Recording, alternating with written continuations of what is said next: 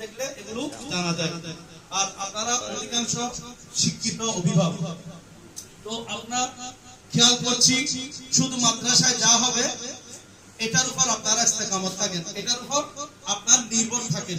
কিন্তু বাড়ির মধ্যে যে আপনার ছেলে গেল, মাগরিবের পরে আপনার ছেলেকে আপনাকে পড়ানোর জন্য বসাতে হবে, অনেক আমাদের অভিভাবক অসচেতন, এটা আমরা খবর নিয়েছি। তাহলে দেখেন, যে পরিবারের অভিভাবক সচেতন, তাহলে ওই পরিবারের সন্তান যদি ভালো হতে পারে, তাহলে আপনার সন্তান কেন ভালো হতে পারবে না? কারণ আপনার দুর্বলতা হচ্ছে কোথায়? আপনি আপনার সন্তানকে ভালো করে দেখভাল করতেছেন না, এই জন্য আপনার সন্তান। কারণ আমার মাদ্রাসার মধ্যে আমি যখন থেকে এসেছি আজ পর্যন্ত আমার ইমাম বুখারী মডেল মাদ্রাসার প্রত্যেক টিচার আন্তরিকতার সহিত আপনার প্রতিটা ক্লাস নিচ্ছে, এবং আপনাদের সন্তানদের সুবিধার জন্য আমরা 2025 সালে কেরাতের জন্য স্পেশাল একটা সপ্তাহে 2 দিন করে 1.5 ঘন্টা 2 দিন করে আমরা কেরাতের জন্য একটা মস্ক করার জন্য, তাকরার করার জন্য আমরা একটা ঘন্টা বাড়িয়েছি। এবং এটা এই ঈদের পর আমরা এটা কি করেছি, 9টা থেকে 10:30 করে দিতে, যেন তাদের ওই সেকেন্ড শিফটের ঘন্টার মধ্যে যেন ব্যাঘাত না হয়।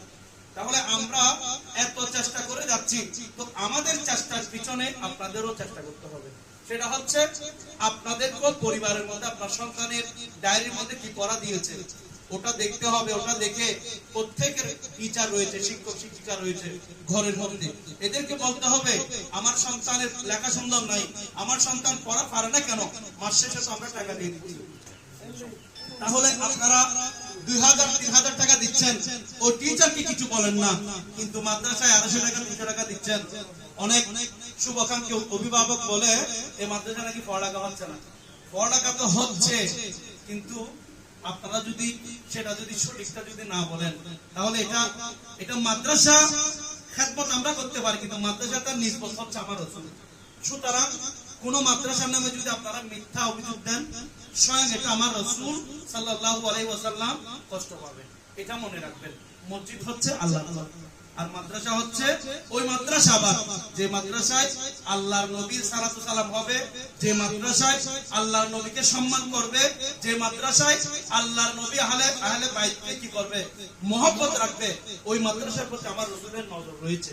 কাজে আপনারা বড় সৌভাগ্যবান, এই এলাকার মধ্যে যে একটা সুন্নি আকীদায়ে আহলে সুন্নাতের উপর একটা প্রতিষ্ঠান হয়েছে, এটাই তো আপনাদের জন্য গর্বের বিষয়।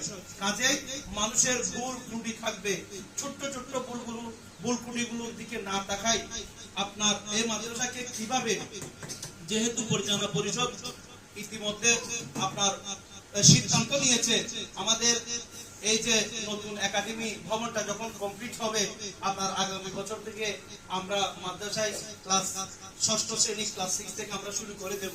তাহলে এটা আপনার দিন বাই দিন এটা একটা দাখিল আলিম ফাজিল কামিল মাদ্রাসায় পরিণত হবে। তাহলে এটা আপনাদের জন্য বড়ই গর্বের বিষয় না?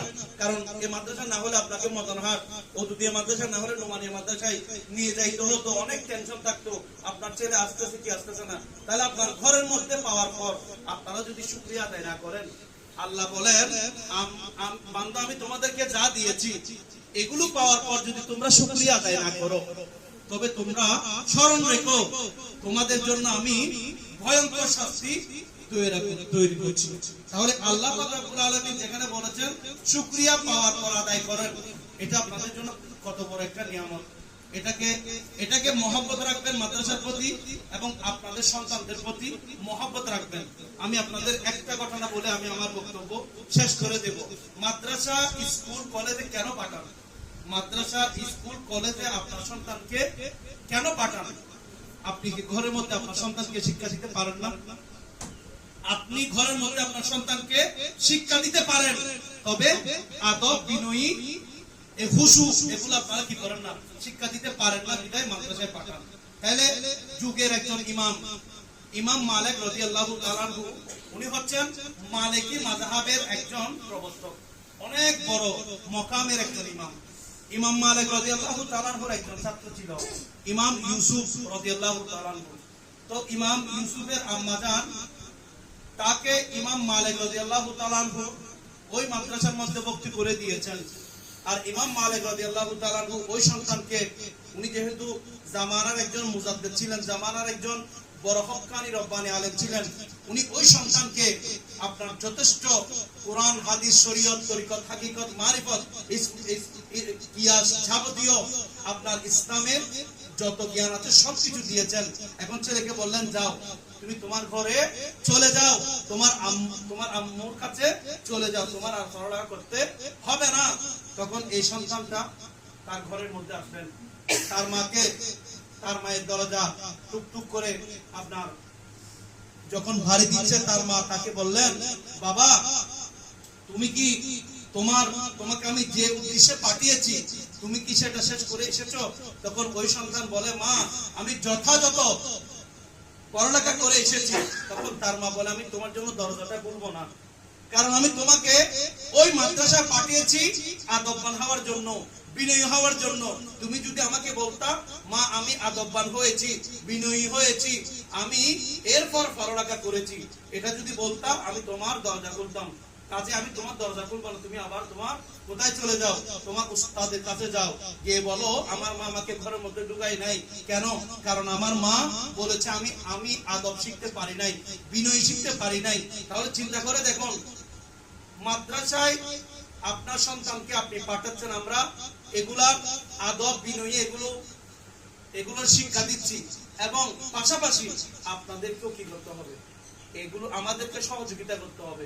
ওই আমাদেরকে সহযোগিতা কি, বাড়ির মধ্যে আপনার ছেলেকে দেখভাল করতে হবে, আপনার সন্তান পড়ালেখার সময় কোথায় যাচ্ছে কিনা, মোবাইল দেখতেছে কিনা, টিভি দেখতেছে কিনা, এগুলো আপনাকে দেখতে হবে। আপনার সন্তান যদি না পড়ে, আমাদের মোবাইল খোলা রয়েছে, বিশেষ করে আমার মোবাইল খোলা রয়েছে, আমাকে কল দিবেন, আপনার সন্তানের সাথে আমি কথা বলবো।